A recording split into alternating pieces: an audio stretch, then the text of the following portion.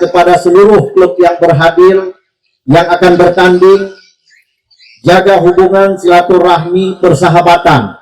Kita semua ingin merebut juara, kita semua ingin mendapatkan juara, tetapi rebutlah juara dengan sesuai aturan. Wakil Gubernur Aceh Fadlullah secara resmi membuka kejuaraan sepak bola Piala Wakil Gubernur Aceh 2025 yang digelar di lapangan sepak bola Mutiara, Kecamatan Berenun, Kabupaten Pidi pada Rabu 2 Juli 2025. Turnamen bergengsi ini akan berlangsung selama 15 hari dan diikuti oleh 16 klub terbaik dari berbagai daerah di Aceh. Dalam sambutannya, Wakil Gubernur menyampaikan bahwa turnamen ini bukan hanya ajang kompetisi tetapi juga wadah untuk mempererat silaturahmi dan juga semangat sportivitas antar pemuda Aceh.